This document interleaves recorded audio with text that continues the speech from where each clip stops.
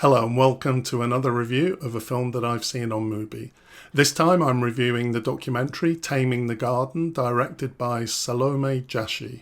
Now this documentary is set in Georgia, and I recently reviewed the film Wet Sand, which is also set in Georgia, and the locations of these two films feel fairly similar. The coastline looks very similar, so they're quite an interesting pair because I think the two of them, although they're quite different films, they give an interesting picture of the economy and the culture of Georgia. So I've learned a little bit about Georgia, which I didn't know, from these two films. So I liked it from that perspective. So this is a documentary based on a former very rich Georgian prime minister that buys trees and removes them to a park that he has on an island. And there's a very obvious theme underlying this film about capitalism and about money determining where economic power lies. And it's really striking the level of economic activity that is generated by this project of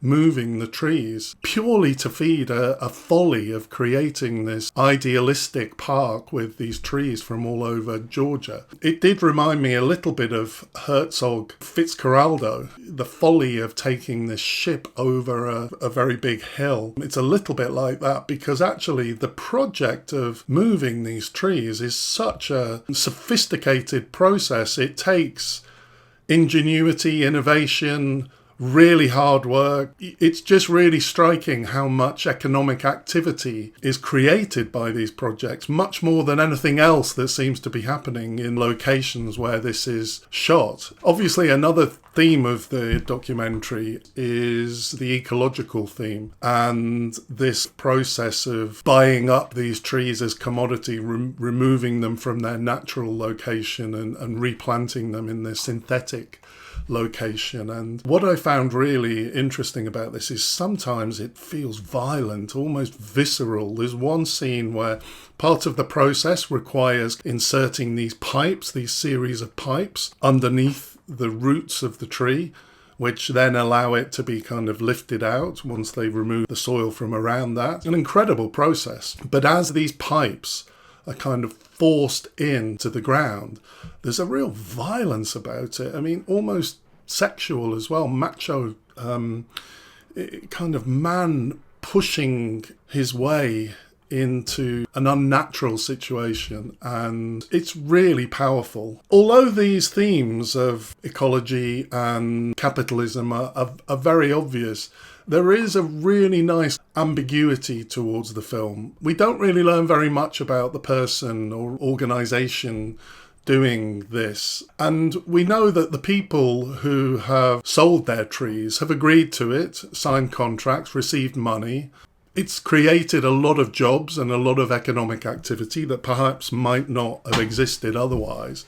But at the same time, as I say, we're confronted with this kind of ecological violence. And also we see the people are, when the moment comes when they say goodbye to their trees, we see quite a few scenes where the people are really sad, almost as if they've sold their organs and received the money, and then the day when the organ is removed, they're really missing it. And so it's very, very powerful.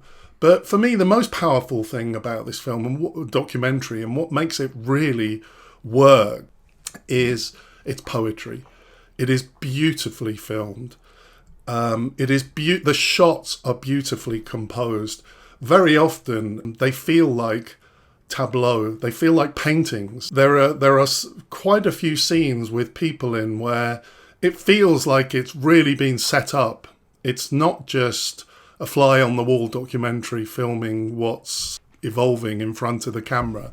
It does feel like the filmmaker has asked people to stand in particular places, worked on the light and the darkness in the shot. And that's a really good thing in this. It really works. The cinematography is spectacular, I would say. There's a beautiful poetry as well in the way we see the tree moving on boats on the sea. So we've got this expanse of space with this little boat with a whole tree moving across the sea, and that's really striking image.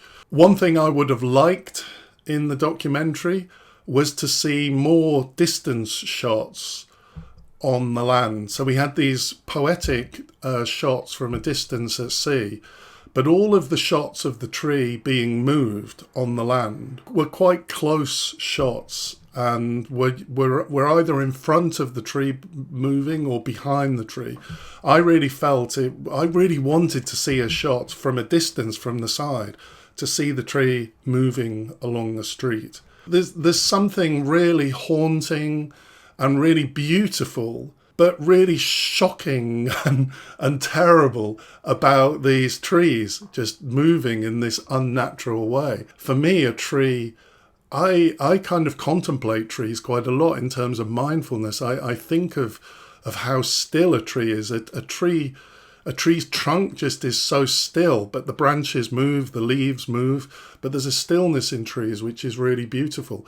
To actually see them uprooted and moved is something terrible and awful and unnatural, but there's something beautiful about there's something graceful almost about it.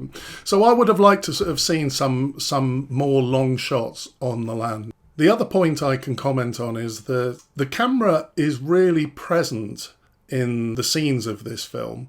I made the point earlier that many of the shots are beautifully composed, but they do feel set up.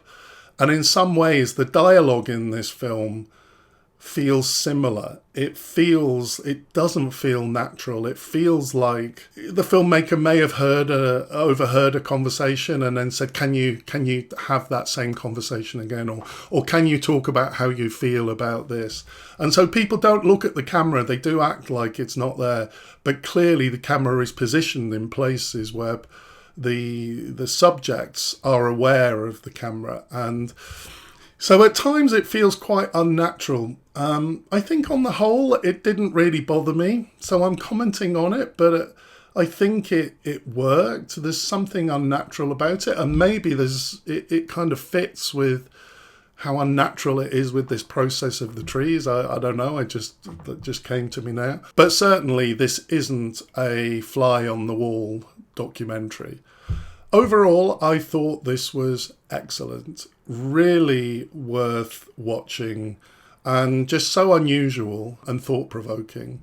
So I would highly recommend it. Next time I'm reviewing the film Happening, directed by Audrey Diwan. See you next time.